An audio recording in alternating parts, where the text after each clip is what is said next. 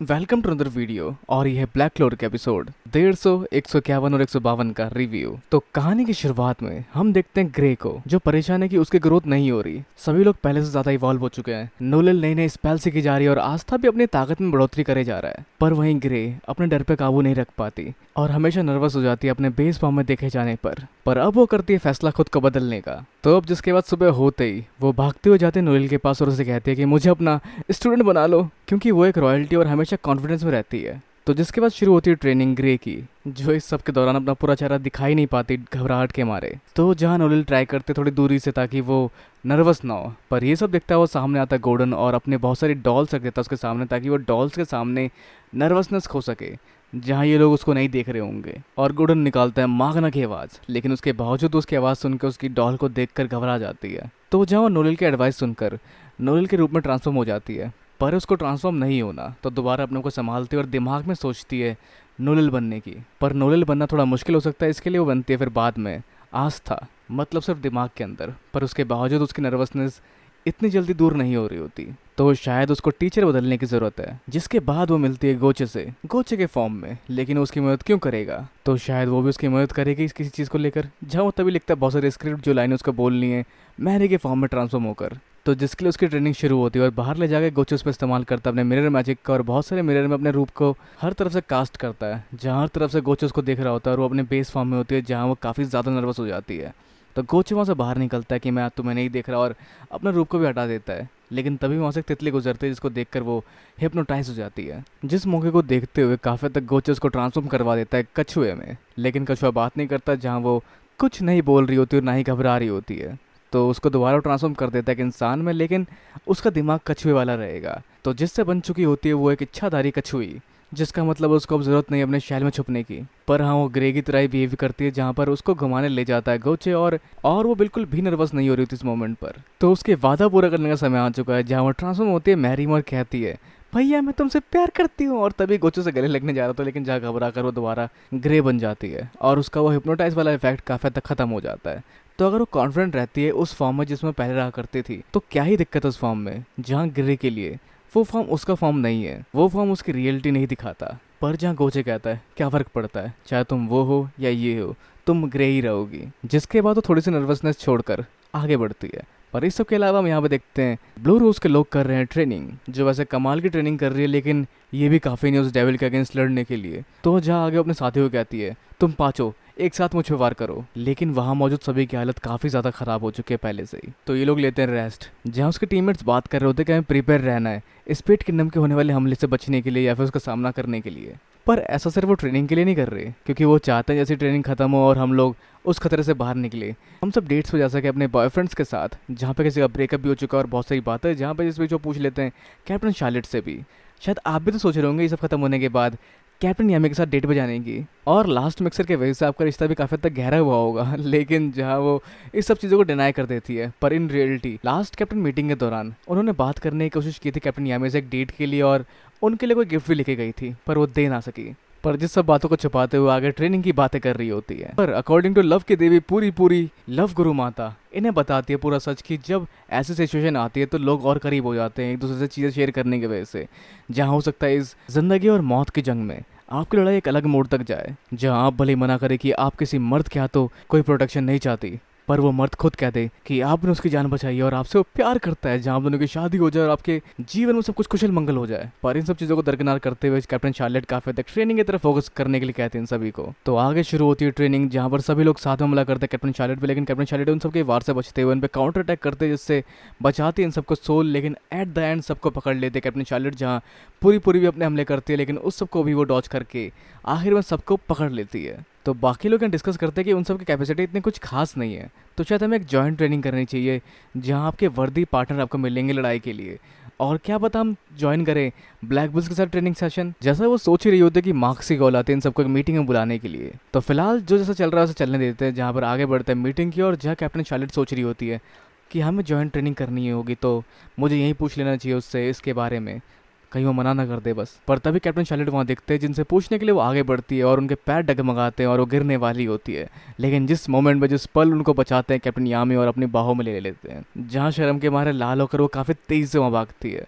पर कैप्टन यामी के लिए दोबारा ये वही मोमेंट हो जाता है जो पहले हुआ था, जहाँ वो उनसे पूछने गए थे उनके कर्ज के बारे में। तो जिस वजह से इस मीटिंग से मिसिंग होती है, जैसा स्टार फेस्टिवल के दौरान भी हुआ था, जहाँ कैप्टन यामी और कैप्टन शार्लेट मिसिंग थे। पर मार्क्स क्लियर करता है इस बारे में कि शायद वो दोनों ट्रेनिंग करने वाले, जॉइंट ट्रेनिंग जिस बारे में सोच रही थी, जिसको सुनकर विज़र्ड किंग को एक आइडिया आता है कि इस समय कई सारे लोग डरे हुए हैं डेविल्स के प्रकोप से, और शायद मैजिक नाइट में उनका भरोसा कम हो रहा है। तो शायद हमें दिखाना पड़ेगा कि हमारे मैजिक नाइट कैप्टन्स किस काबिल है, जिसके लिए क्यों ना ऑर्गेनाइज करें फाइट्स कैप्टन्स के बीच में। तो अब कहानी में आगे पट्टी में लपटे विज़र्ड किंग साथ में होते हैं किंग के, जो अनाउंस करते हैं अब यहाँ पे आयोजित होगा आप सभी के लिए एक team battle magic night squad captains के बीच। और मौजूद होते हैं यहाँ पर सभी कैप्टन्स, जिसमें टीम के एक पास से होते हैं purple oracle, silver eagle, black bulls और प्रेइंग मैंट्रिस, और उनके प्रतिबंधी होते हैं crimson lion, blue rose, eye of मतलब गोल्डन डॉन और कोरल पीकॉक। तो जिस सबके साथ ये मुकाबला शुरू होता है। तो ये मुकाबला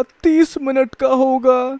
एक टीम को दूसरी टीम के क्रिस्टल को डिस्ट्रॉय करना होगा और दूसरे को बचाए रखना पड़ेगा। तो जो आखिर तक क्रिस्टल को अपनी तशरीफ में दबा के बचा लेगा वो टीम जीत जाएगी। लेकिन जहाँ बढ़िया बात ये होती है कि ये क्लोवर किंगडम के हर एक कोने में ब्रॉडकास्ट होता है, वो भी बिना किसी सब्सक्रिप्शन के, बिल्कुल फ्री।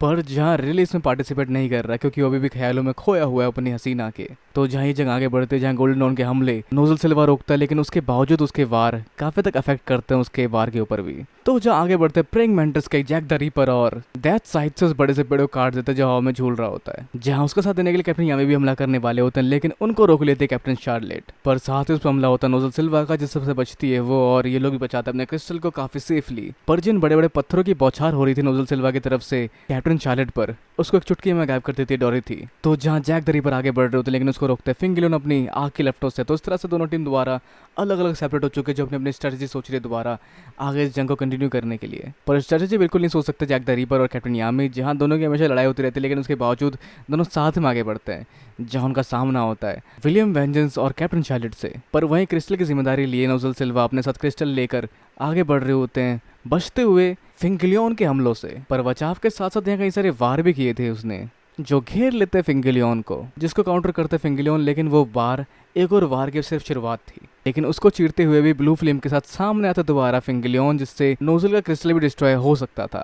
लेकिन तभी यहाँ होता है काइजर पर्पल ऑर्कल से, जो कि इस समय हराएगा फिंगिलियन को, जो एल्फ के रूप में हारा था उससे। तो जहाँ वो फॉलो करेंगे नोजल के प्लान को। तो आगे वहीं कैप्टन यामी और प्रेइंग मैंटिस के साथ लड़ रहे होते कैप्टन शार्लेट और वेंजेंस, जिन सबके वार को डोमिनेट करने के लिए कैप्टन यामी यूज करते हैं ब्लैक होल मैजिक का, और इन सबके वार को ऑब्जर्व करना शुरू कर देते हैं। और साथ ही नोजल सिल्वा अपने मैजिक में घेर लेता है फिंगिलियन को, और साथ ही दोनों राइवल या दुश्मन दोस्त जो भी हैं कैप्टन यामी और जैक द रीपर साथ मिलकर हमला करने वाले होते हैं इन दोनों के ऊपर, जिससे आसपास का बहुत सारा एरिया डिस्ट्रॉय हो जाता है और बहुत सारी चीजें डिस्टर्ब हो जाती है। तो वहीं फिंगिलियन कैद है नोजल सिल्वा के उस जेल में, और साथ ही यहाँ पर कैप्टन यामी ने रिवील कर दिया है कैप्टन वेंजेंस और कैप्टन शार्लेट को। लेकिन कैप्टन वेंजेंस के पास यहाँ कुछ और भी है, जो बहुत सारे वर्ल्ड ट्री मैजिक का इस्तेमाल करते हुए बहुत सारे पेड़ की टहनियाँ वहाँ से ला देते हैं, जिन सबसे बचते हुए कैप्टन यामी आगे बढ़ रहे होते हैं, जहाँ बहुत सारे पेड़ या पौधे लगातार ग्रो हो रहे होते हैं, जिन सबसे लगातार लड़ना पड़ता है और बचना पड़ता है कैप्टन यामी को। पर तभी यहाँ सामने आती है डोरिथी और साथ ले जाती है कैप्टन यामी को अपने ग्लैमर वर्ल्ड में, जिस सब के अलावा यहाँ एक बड़ा सा पेड़ उग चुका होता है। तो अब बढ़ते हैं हम लोग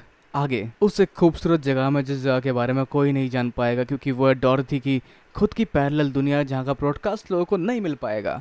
तो वो कैप्टन यामी को यहाँ पर लेकर आई है टाइम अप होने तक रोकने के लिए, और साथ ही यहाँ रहने पर उनको नींद भी आ सकती है, जैसा वो जानते हैं अपने टीममेट्स की बातें सुनकर। और साथ ही जो भी वो यहाँ सोचती है वो सच हो जाता है। तो कैप्टन यामी बहुत सारे कमाल कमाल की चीज़ों का नाम लेते हैं, लेकिन वो सारी चीज़ें कभी सुने नहीं होती इसने, तो वो चीज़ अपीयर नहीं होती यहाँ पर। और फिर वो कहते हैं एग्जिट, तभी एग्जिट आ जाता है, लेकिन उसको कन्वर्ट कर देती है किसी और चीज़ में डोरिथी। तो वैसे उस लास्ट एल्फ वाले इंसिडेंट के वजह से समझ चुकी है और ये गलती दोबारा नहीं करते, जहाँ पे एग्जिट का मतलब ये एग्जिट इतनी जल्दी देने नहीं वाली। पर यहाँ उनको मिलता है दूसरा यामी, जिसके साथ उन्हें लड़ना पड़ता है, जो बिल्कुल सेम उनकी तरह ही पावर और चीज़ों को इस्तेमाल कर सकता है। पर साथ ही बाहरी दुनिया में जहाँ उनका माना गायब हो चुका होता है, हम देखते हैं जैक द रीपर को दो कैप्टन का सामना अकेले करते हुए, और वही नोजल और काइजर ने अटका रखा है फिंगिलियन को, जो अपने हमलों के बावजूद भी इससे बाहर नहीं निकल पा रहे उन दोनों के कंबाइन मैजिक की वजह से। पर वो अंदर काफ़ी सारी हीट जनरेट करता है, जिसके बाद वो इतनी सारी हीट से इस पूरे नदी या झील को सुखा देता है, जिसके साथ वो उससे बाहर निकल के सीधा एक वार करता है काइजर के ऊपर, जिससे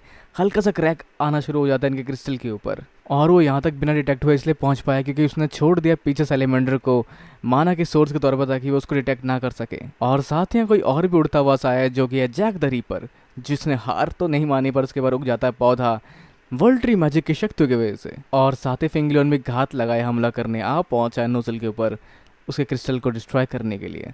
तो हम बढ़ते हैं दोबारा अंदर ग्लैमर वर्ल्ड के, जहाँ पे अपनी कॉपी को हरा दिया कैप्टन यामी ने, लेकिन तभी बहुत सारी और कॉपी बन जाती है उनकी, जिस सबके साथ उनको नींद आने भी शुरू हो चुकी है, जहाँ उनके ऊपर हो जाता है लाइटलेस स्लैश के वार। और वहीं नोजल भी भाग रहा होता है फिंगलियन के वारों से अपने क्रिस्टल को बचाने के लिए, पर उसकी मरकरी की चिड़िया में आग लग जाती है। और साथ ही वर्ल्ड ट्री मैजिक भी उनकी तरफ पहुंच रहा होता है, जिसको रोकता है काइजर दोबारा अपनी शक्तियों से। तो ये सब हारे हुए से किनारे पे होते हैं, जहाँ पर एक टैनी से महसूस कर रहे होते हैं ये लोग पावर जैक द रीपर की, जिसको बाहर निकालने के लोग सोचते हैं और उस पर वार भी करते हैं, लेकिन इनकी शक्ति इतनी ज़्यादा नहीं होती कि उसको उस हमले से बाहर निकाल सके उस टैनी के अंदर से। और साथ ही एक बड़ा सा वार आने वाला होता है फिंगलियन का, जिसको और जब तक नहीं रोक सकता काइजर। पर तभी नोजल सिल्वा कहता है कि सिर्फ तुम यही कर सकते थे फॉर्मर कॉमनर, और तभी बाहर निकलते उसके अंदर से जैक द रीपर और साथ में अपनी शक्तियों से काट देते उनके आग के इस गोले को। और अंदर इस ड्रीम वर्ल्ड के कैप्टन यामी ने सभी कैप्टन यामी को हरा दिया, जहाँ डॉरथी को लगता है कि उनकी मैजिक की लिमिट खत्म हो चुकी है, लेकिन वो दिखाएंगे उसको अपनी वो मैजिक जो उनकी लिमिट को सरपास करके बाहर आएगी। और बाहर भी हम देख पाते हैं बाकी कैप्टन को साथ मिलकर एक तगड़े से फॉर्म का इस्तेमाल करते हुए, जहाँ काइजर की हवा, नोजल सिल्वा की मरकरी और जैक रिपर के कई सारे वार साथ में आसमान तक जाकर नीचे बड़े बड़े ड्रैगन की तरह बरसने जा रहे होते हैं। पर जिसका सामना करने सामने आता है वर्ल्ड ट्री मैजिक के अंदर आग की लपटें लिए वेंजेंस और फिंगलियन के मिले जुले वार, जिसके अंदर से निकलता सैलेमेंडर, जो अपनी आग की लपटों से उनके उस मिक्स्ड मैजिक के वार को काउंटर करता है। और इनके बाकी वारों से बचते हैं वो कैप्टन शार्लेट के मैजिक से बने शील्ड के इस्तेमाल से। और दोनों तरफ के लोग काफी ज्यादा जोश से भरे हुए हैं, जो हार नहीं मानने वाले अपने प्रिंसिपल को प्रूव करने के लिए, जिससे सामने आता है चमकदार और काफी तेज तर्रार सा बाहर जो चारों तरफ फैल जाता है। और वहीं अंदर ग्लैमर वर्ल्ड के कैप्टन यामी अपने पुरानी लिमिट को भूलते हुए सामने आते हैं यूकिनॉक्स के साथ, जो पहले से भी ज्यादा ग्रैंड होता है। अपने सारे कॉपीज को हराते हुए वो उसके साथ वार करते हैं डॉरथी के ऊपर, जिस सबसे ग्लैमर वर्ल्ड दोस्तों में बढ़ जाता है। तो जिसके बाद आगे मीटिंग शुरू होती है कैप्टन्स की, और ये मैच हो चुका है टाई, क्योंकि कैप्टन यामी के डायमेंशन स्लैश या फिर यूकिनॉक्स ने दोनों तरफ के क्रिस्टल को डिस्ट्रॉय कर दिया। तो जहाँ बाकी लोगों के बहस होते हैं और डॉरथी कहती है कि कैप्टन यामी की वजह से वो ब्रॉडकास्ट नहीं हो पाई, जो दोनों थे ग्लैमर वर्ल्ड के अंदर, दोनों साथ में ग्लैमर वर्ल्ड के अंदर, जो टेंशन में डाल देता है कैप्टन शार्लेट को। तो वैसे मार्क्स के लिए भी सराहनीय बातों की, जिसने पूरे किंगडम में सब ब्रॉडकास्ट किया और लोगों को राहत की सांस बांटी कि वो लोग सेफ और सिक्योर हाथों में हैं। और साथ ही उनके स्क्वाड मेंबर के अंदर एक नई जोश की आग जगी होगी कि वो लोग भी इतने पावरफुल बने और उनके अंदर भी एक नया मोटिवेशन जागा होगा। और साथ ही डेविल के साथ होने वाली जंग भी काफी करीब आती जा रही है, तो तुम सबको अभी और भी पावरफुल बनना है। तो जिस सबके साथ ये मीटिंग खत्म होती है, और अब कहानी में आगे हम देखते कुछ और पुरानी झलकियां, जहाँ पर नोलिल और आस्था साथ में ट्रेनिंग कर रहे होते हैं और उनके टीममेट्स भी आपस में ट्रेनिंग कर रहे हैं। पर साथ ही हम बढ़ते हैं कहानी में आगे, जहाँ पर दोबारा दोनों साथ में ट्रेनिंग कर रहे होते हैं, लेकिन उनको रोकते हैं फिंडल और कैप्टन यामी और साथ ही गॉर्डन, जो जाते हैं रॉयल कैपिटल के अंदर कैसल टाउन किका में। तो यह है वो दिन जिस समय ऑर्गेनाइज होता है annual magic night entrance exam, जिसमें सिलेक्ट हुआ था आस्था भी। तो आई ऑफ मिडनाइट के हमले की वजह से इस साल थोड़े कम एप्लीकेंट है, तो कैप्टन यामी, गॉर्डन और फिंडल निकलते वहां से आगे, और वहाँ रह जाते हैं नोलिल और आस्था। जहाँ नोलिल सोचती है इनमें से कोई होगी मेरी जूनियर। पर इस जगह की एक और खासियत है, और वो है एंटी मैजिक बर्ड, जो भर भर के फिर से आस्था को तंग करने आ जाती है। अब आगे यहाँ पर नोलिल से मिलता है नोजिल, जिसको याद आती है 1 साल पुरानी बात, जहाँ उसने कहा था कि तुम्हें यहाँ ये एग्जाम देने की जरूरत नहीं है, तुम्हारा मैजिक नाइट स्क्वाड पहले से डिसाइड हो चुका है, तो बेइज्जती मत कराना, तुम्हारा यहाँ होना ही बिल्कुल जरूरी नहीं है। पर जिस चीज को आज समझते हैं नोलिल की, वहाँ पे उसका भाई उसकी चिंता कर रहा था, क्योंकि ब्लैक बुल सबसे पिछड़ा हुआ स्क्वाड और उन्हें कम मुश्किल टास्क मिलते, और ब्लैक बुल्स में होना उसके लिए शर्म की बात थी, जो उस समय समझ नहीं पाई। पर आज वो ग्रेटफुल है कि वो ब्लैक बुल्स के अंदर है, उसे मिले अपने कमाल के दोस्त और एक अच्छी फैमिली। तो जहाँ उसकी इतनी बड़ी बड़ी बातें सुन के समझ पाता है नोजल की अब ये बड़ी हो चुकी है, पर इसकी शक्तियाँ भी कहीं ज़्यादा बढ़ चुकी है, जो एक्सेप्ट करता है वो, और तुम शायद और पावरफुल बनोगी, बिल्कुल हमारी मॉम की तरह। तो अब आगे सारे एंटी मैजिक बर्ड यहाँ से उड़ जाते हैं, क्योंकि इनके सामने आते हैं मैजिक नाइट कैप्टन्स, और सबको प्रोत्साहित करते हुए पहला एग्जाम शुरू करते हैं कैप्टन वेंजेंस, जो है झाड़ू पर उड़ना, और अपने वर्ल्ड ट्री मैजिक से सबको झाड़ू बांटते हैं। और ये झाड़ू सफाई के लिए नहीं, उड़ने के लिए होता है। अपने मैजिक का इस्तेमाल करो झाड़ू में और ये झाड़ू आपको उड़ा देगा। तो सब उड़ रहे होते हैं और उड़ने की कोशिश कर रहे होते हैं, जहाँ आस्था को अपनी याद आ जाती है, जो वैसे बिल्कुल नहीं उड़ पाया था झाड़ू के इस्तेमाल से, और साथ ही बाकी एग्जाम में भी काफ़ी बुरी तरह से फेल होते होते बचा था, मतलब ऑलमोस्ट फेल हो चुका था। लेकिन उसके बावजूद सामने आए कैप्टन यामी, जिन्होंने उसके पोटेंशियल को समझा, और उसके बावजूद वो भी काफ़ी बेहतर बन पाया। हर बार भले ही वो हारता या चोट खाता, पर उसने हार कभी नहीं मानी, और हर एक मुकाबले के साथ वो और बेहतर और बेहतर और भी ज्यादा बेहतर बनता चला गया, जिसके साथ लिस्ट, लेड्रोस और साथ ही डेविल को भी हराया उसने। और तुम सच में काफी कमाल थे, जो सारी बातें नोलिल बता रही होती है, जिसके बाद वो शर्मा जाती है, जहाँ मतलब तुम थोड़े से कमाल थे ऐसा कह के चीज को टाल देती है। पर कमाल, तुम भी कमाल हो नोलिल, तुमने अलग अलग मैजिक सीखी, अपनी मानव कंट्रोल करना सीखा, तुम्हारा माना कहता कमाल का था। तुम नए नए स्पेल सीखते गए, नई नई तरह से लड़ती गई और कितने सारी मुकाम तुमने हासिल किए इसके साथ ही। तुम सच में काफी कमाल हो नोलिल। पर हाँ, ये भी सच है कि हम दोनों को ही कई सारी चुनौतियों का सामना करना पड़ा और हम लोग और भी पावरफुल बनेंगे। वैसे तभी यहाँ दिखता है यूनो, जो कि इन सबसे बोर होकर जा रहा होता है, जिसको रोकता है आस्था और उससे बात करने पहुँचता है, जो मोस्टली इतना इंटरेस्टेड नहीं होता या फिर उसकी पर्सनैलिटी ऐसी होती है कि कुछ बोलता ही नहीं ज़्यादा। पर जहाँ पर उसको बहुत ज़्यादा कूल मान रही होती है उसकी स्पिरिट। पर जहाँ आस्था यहाँ पे यूनो को याद दिलाना है वो वादा जो उन दोनों ने साथ में किया था, और वो वादा था विजिट किंग बनने का, जहाँ यूनो ने कहा था कि मैं आज से नहीं रोऊंगा, और उस दिन से वो रोया भी नहीं और काफ़ी टफ हो गया। और साथ ही इन दोनों ने एक दूसरे को अपना राइवल बनाया और चैलेंज लिया कि देखते हैं कि कौन बनता है विजिट किंग, जिस पे यूनो कह के निकलता है कि नहीं मैं जीतूंगा, और आस्था कहता नहीं मैं जीतूंगा। तो इस सब के साथ ही एंट्रेंस एग्जाम खत्म होता है, जहाँ पर इनका एक जूनियर बनने वाला था, लेकिन उसने कोई और स्क्वाड चुन लिया। तो फिर से दोबारा आस्था और नोलिल अब तक के सबसे जूनियर है इस टीम के। और वैसे यहाँ पे सबको देखने के लिए विजिट किंग भी आए थे, तो जिनको लेने आया होता है मार्क्स और बहुत सारे पेपर वर्क बचा है, जिसके लिए उन्हें जाना पड़ेगा किंगडम के अंदर। और फिर हम आगे बढ़ते हैं यूनो के पास, जिसका पेंडेंट मिल चुका है, जो कि शैडो पैलेस के अंदर खो गया था, जो उस खजाने में से एक था जिसको कि पर्पल ऑर्गल के फॉर्मल कैप्टन ने इकट्ठा किया था। तो बस इसलिए उसका पेंडेंट ये लोग उसे वापस करना चाहते थे, और इस तरह से पेंडेंट दोबारा मिल चुका यूनो को, और इसको 1 साल हो चुके हैं इस जगह, जिसके लिए बाकी लोग उसका वेट कर रहे हैं। शायद पार्टी ऑर्गेनाइज हो चुकी है उसके लिए, इसके लिए। और साथ ही हम बढ़ते हैं ब्लैक बुल्स के हेडक्वार्टर में, जहाँ पर आस्था ट्रेनिंग की बात कर रहा होता है, लेकिन ट्रेनिंग का समय कभी और, क्योंकि यह है पार्टी का समय और इनका 1 साल पूरा हो चुका है यहाँ पे, जिसके लिए ये करने वाले सेलिब्रेट। तो आखिर में अंत में आस्था को हम देख पाते हैं अपने गोल के बारे में सोचते हुए, जहाँ वो और पावरफुल बनेगा और बनेगा विजिट किंग, जैसा सेम कहीं और कोई और भी सोच रहा होता है, जो कि होता है यूनो। तो जिस सबके साथ अंत होता है इस एपिसोड का, और मिलते हैं इसकी अगली कहानी में अगले पार्ट में।